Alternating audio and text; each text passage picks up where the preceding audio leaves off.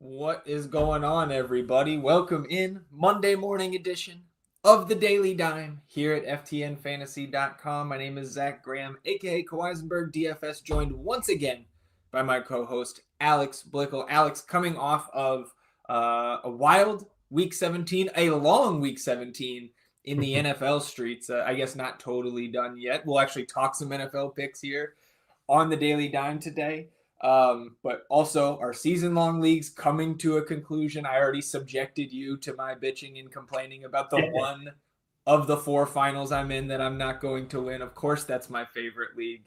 But we've also got a pretty interesting NBA slate on tap here tonight. Really going forward through the next week, we've got some healthy the schedule, I think, is healthy for our prop and DFS purposes. Between 6 and 9 games, the majority of these slates coming up. So I'm looking forward to this week. Of course, New Year's Eve on the horizon. How you feeling, my friend? Feel pretty good. I will say, like, one of my absolute favorite things in all of DFS is NFL playoff DFS. 2 weeks away now, so extremely excited for that. We kind of have to endure the chaos of Week 18, which honestly, like, how much more chaotic can it get than this slate we just had for Week 17? So one more of those, and then we get like the absolute pinnacle of DFS, in my opinion. Yeah, and PGA are right around the corner as well. This week we are back. Yeah, it's a fantastic time to be a sports fan. Fantastic time to be here at FTN Fantasy. I see Dalton in the chat. He jumped in a little early, it looked like, looking forward to the stream. So good to see Dalton in here, and our boy Dello in the chat as well. What's going on, Mike? I guess why don't we're kind of in the NFL mode here, I think, as we move from the weekend. So why don't we start with some of the NFL picks here? I'll go ahead and, I know you're still in PA, so I'll go ahead and bring up the Underdog homepage here, and we'll go over to the NFL tab. But again, you're the NFL guy of the two of us. I'll let you steer the ship. Where are we going first for Niners and Lions here tonight?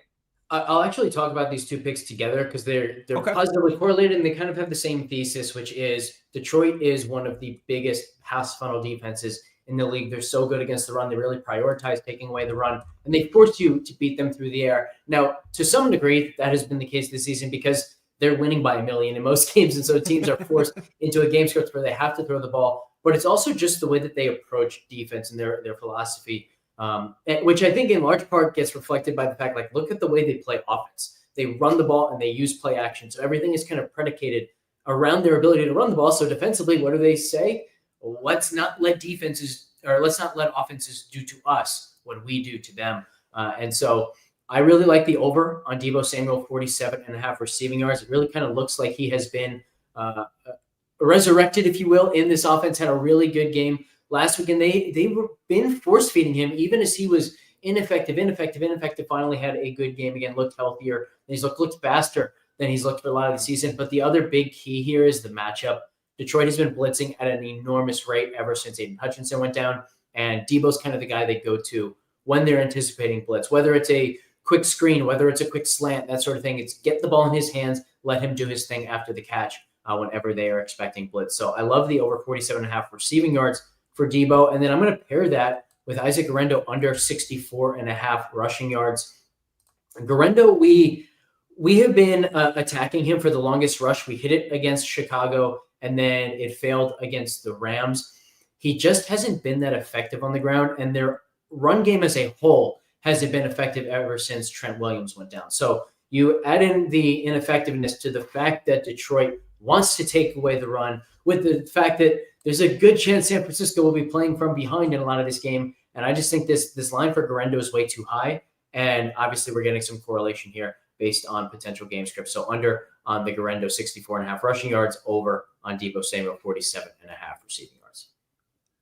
That pair makes sense to me. And I think, right, like, obviously we have to put in another pick from somewhere because Underdog's not going to let us pair two teammates here. But I do like that, at least in the standard 2-pick payout here, it's not knocking us for taking the over on receiving yards and the under on rushing yards. So I like that a good bit. Are these the only 2 picks right now from this Monday night game that you're on? Yeah. So I have been looking at some of the Detroit guys, and there are some leans that I have on the Detroit side that I would have no issue whatsoever playing them. But I think we can probably do better than any of those picks with some NBA stuff. So Sure. I think a lot of my 3 picks will be these 2 Niners plus an NBA one-off instead of just going to Detroit on the other side of that game. I'm going to get a refresh here just to make sure we have the most updated lines. Nothing grayed out here on the NBA side. I'm going to start with this first game. Knicks and Wizards. We actually just saw these two teams play, and they went to overtime, which was a little bit shocking. We do have a Q tag on Jalen Brunson, and a lot of moving parts on the Wizards side. Like, we're going to get Kyle Kuzma back here tonight, but just as we went live, Alex Sarr went questionable with an illness, which whatever's going around the league right now, like whether this is one strain of virus or sickness or whatever, or multiple, it's pretty much taking guys out when they get this late morning, mid-afternoon Q tag for these non-COVID illnesses. So we could see Alex Sarr sit on the Wizards side, and like, is it a tougher matchup on the boards if you get more Jonas Valanciunas? Yes. But J-Val has been in this rotation, so I'm not scared off of Karl Anthony Towns and the over on his rebounds prop, which is set at 12.5 here on Underdog this morning. Quite simply, right? We've been attacking over the last couple of weeks the Thunder on the glass. And who has been, every time I remind you that the Thunder are the second worst rebounding team, the worst rebounding team in the league is the Washington Wizards. And Towns, of course, is averaging 13.5 rebounds per game on the season. But this is still a double-digit spread here in DC. But Towns projected for just like 15.99 rebounds right now in the model. So 16 boards in the projections. Like, he just had 13 in the game the other night. And that game did go to overtime, but you go to that overtime box score, Towns had 13 rebounds in regulation. He also had 12 in their other meeting earlier this season. And Alex, that was in 24 minutes and 41 seconds. So Towns on the glass against this Wizards team has done us well so far this season. Again, I think the biggest threat here is not that we would see, to me, is not that we would see more Valanciunas with a potential Sarr absence. It's that the Knicks could absolutely run this team off the court tonight. So I would like to see Brunson miss just for this Towns prop and maybe keeping this game a little bit closer. And if that happens, I would absolutely love Josh Hart over 5.5 assists. It's not something that I have put into any entries yet this morning, but his assist rate goes from 19.1% to 26.3% with Brunson off. And he's already over that 5.5 assist number in 16 of his 31 games this year. But, you're really going to have to be quick on the trigger with that if Brunson does sit. And I don't know if I lean that he's out, because Brunson has been listed questionable plenty of times this season, and he has not missed a game yet.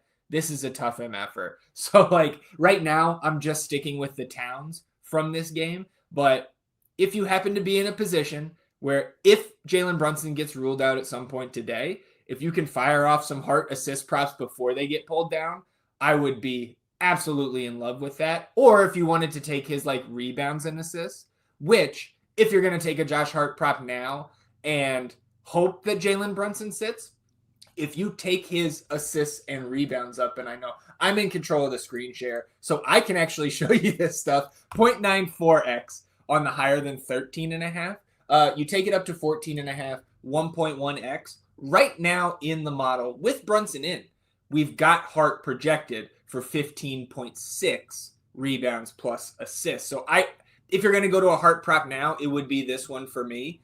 But if Brunson sits, the 5.5 assists for Hart, I think it would be at least a point too low, if not a little bit lower than that. So any thoughts on Towns, on Hart, or this game as a whole? Because, I think all the Knicks, especially on the DFS side, when we talk about that, getting some New York exposure tonight is going to be key, whether Brunson is in or not. Yeah, I would definitely go to that rebounds assists on Hart. And it's about the pace of the game and the rebounds. As you mentioned, when we look at the opponent rebounds allowed per game, or opponent rebounds per game, Washington and Oklahoma City tied for first, as you mentioned, 57.3. The difference between them and Chicago, who allows the third highest at 55, is the same as the difference between Chicago and the 12th highest teams. So these two teams, Washington and Oklahoma City, are just allowing so many rebounds per game.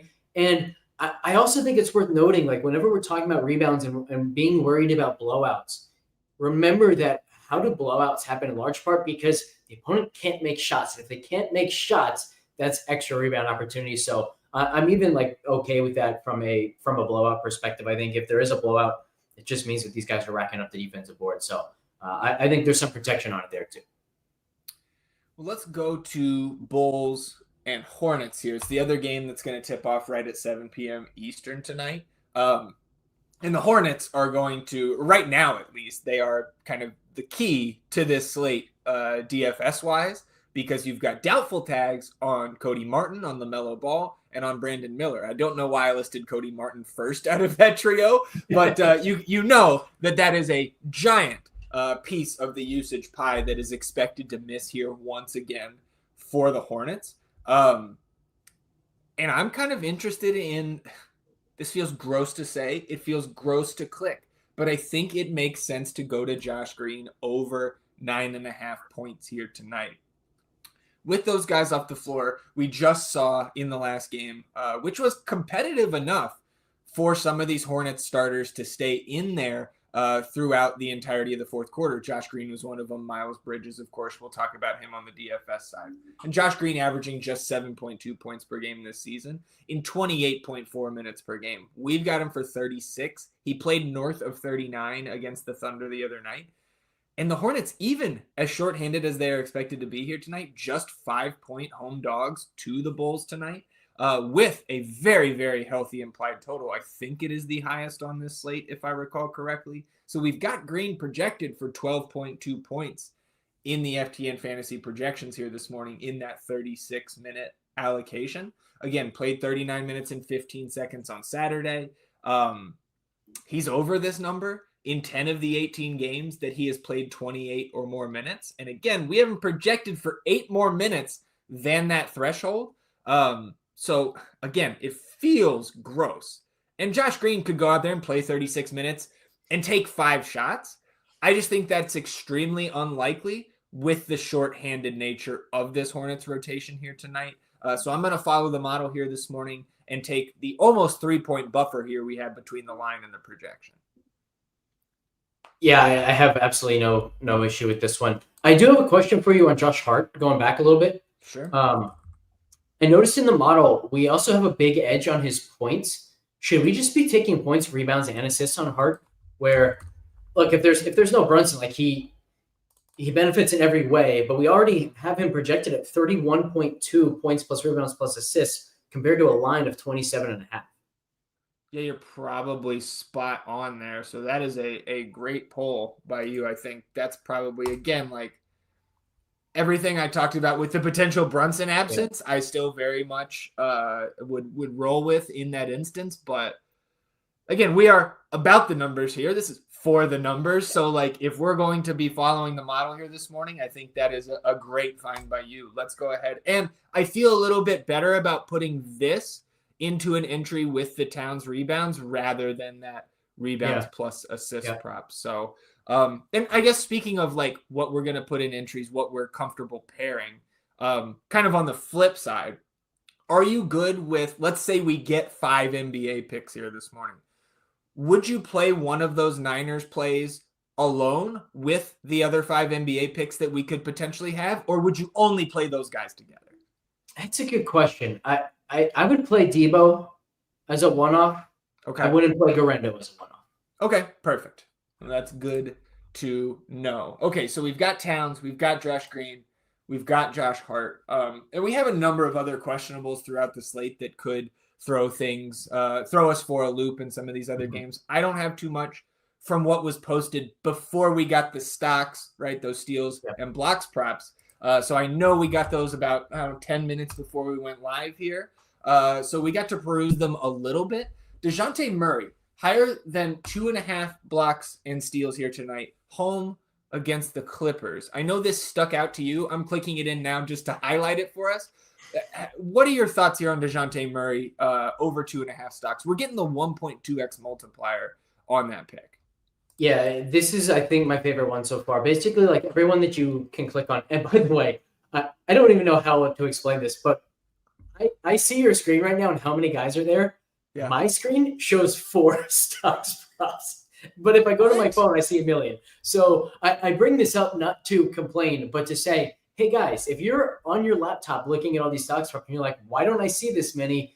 Go check your phone. I don't have any explanation for why this is the case, but sometimes things exist on the app that don't exist on your desktop. So make sure you're checking that out. But yeah, this DeJounte play is like the only one that we kind of looked through where the average is above the line, the projection is above the line, and it's a solid matchup. And we're also getting this 1.2x bonus. So this just seems really strong for DeJounte. Like this is a play that I would still be considering at 1.0x, and we get 1.2. So we know it's a good play. Yeah, that was also the one that when I looked at these stocks props, like, and maybe it's just my predisposition to going to DeJounte Murray stocks props over the last few years. Yeah. I really like it, and that 1.2x is certainly drawing me in. I did find one that I was looking at on the block side, especially before we got this Q tag, was Alex Sarr at the 1.07x.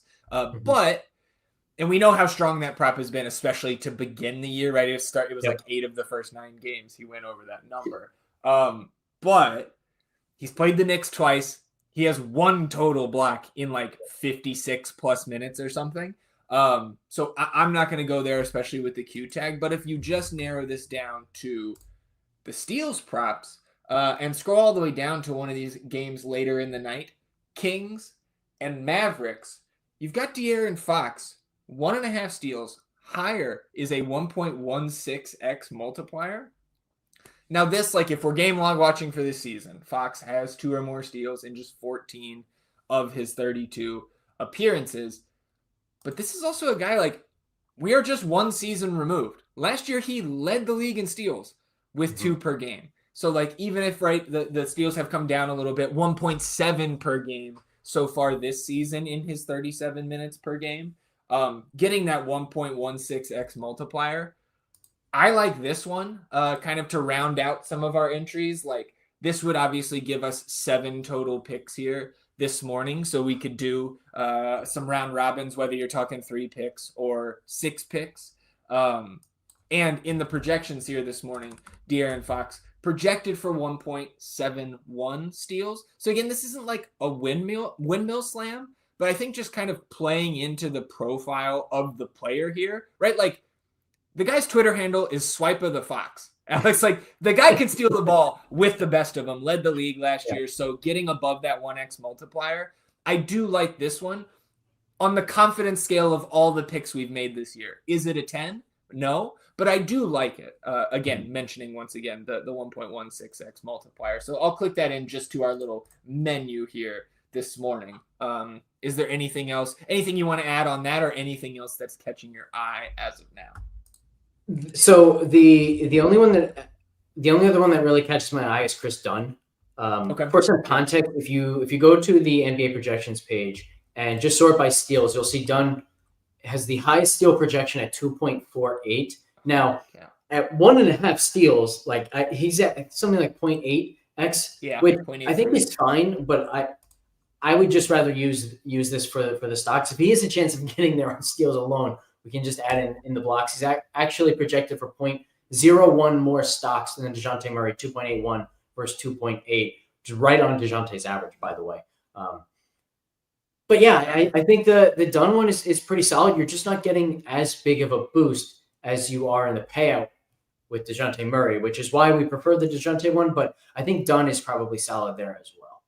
Yeah, and probably fine to have in the mix here. Like, if we're just taking these NBA picks, right, and we've got 6 of them here on the screen, like you can run all 6 together, of course, but like rotating through these with some 3 picks, like I like a good bit, especially like what if you just narrow it down to these 3 steals and stocks props that we have, all of them with the +1x multipliers.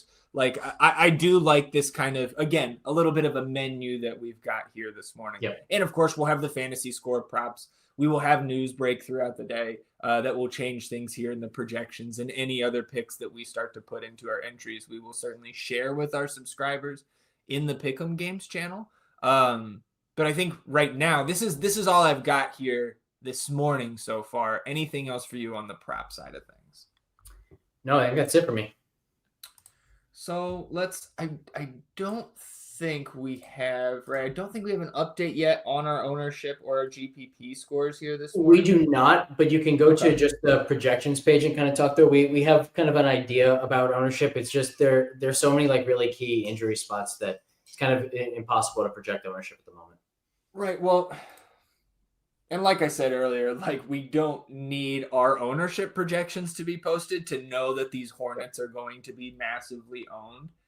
And for good reason. Like on DraftKings, they were a little bit more proactive in pricing some of these guys up. You've got $7,300 on Miles Bridges. You've got $4,600 on Vasilije Micic, who is 4.2K over there on FanDuel, which at like if the slate started in 5 minutes, I think Micic should be a lock in everybody's lineup over there on FanDuel at that price.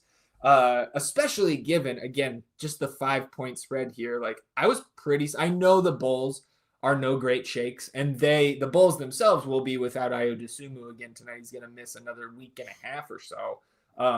But like, I don't know, man, I'm just surprised that this is not even like a single digit spread in like the 8.5 or 9 cents, like a 5-point spread here. Like if we get full minutes out of these guys, it's just extremely hard to avoid. Like Mark Williams, 5.3K on DraftKings, like Josh Green at 4,500. I have a little bit less interest DFS wise than we do in the prop market with what we saw in the projections, but like at 4,500, and he's one of the only guys on this team that has multi-position eligibility on DraftKings. So Tijan Salon, Seth Curry, like we will get this lineup before 7 p.m. lock. But we're going to have a lot of interest in Charlotte, and hopefully more news hits throughout the day to kind of siphon off some of the massive ownership we expect this Hornets team to be carrying. And like, I have no issue with Bridges at 7,300 or on FanDuel at his price there. Like he picks up a ton of usage. He is by far the best player left on this team if all the doubtful guys do sit. So you can absolutely eat that chalk. Other notes that I had here. I mean, again, I mentioned it earlier when we were talking the Towns props. Like Knicks against the Wizards here tonight. All 5 of the starters look great. If Brunson does sit, then Miles McBride becomes a lock really on both sites in this matchup for what you can expect. But also be cognizant that Landry Shamet is now there. So he could certainly eat into the minutes in that situation for a guy like Cameron Payne, who's at the minimum.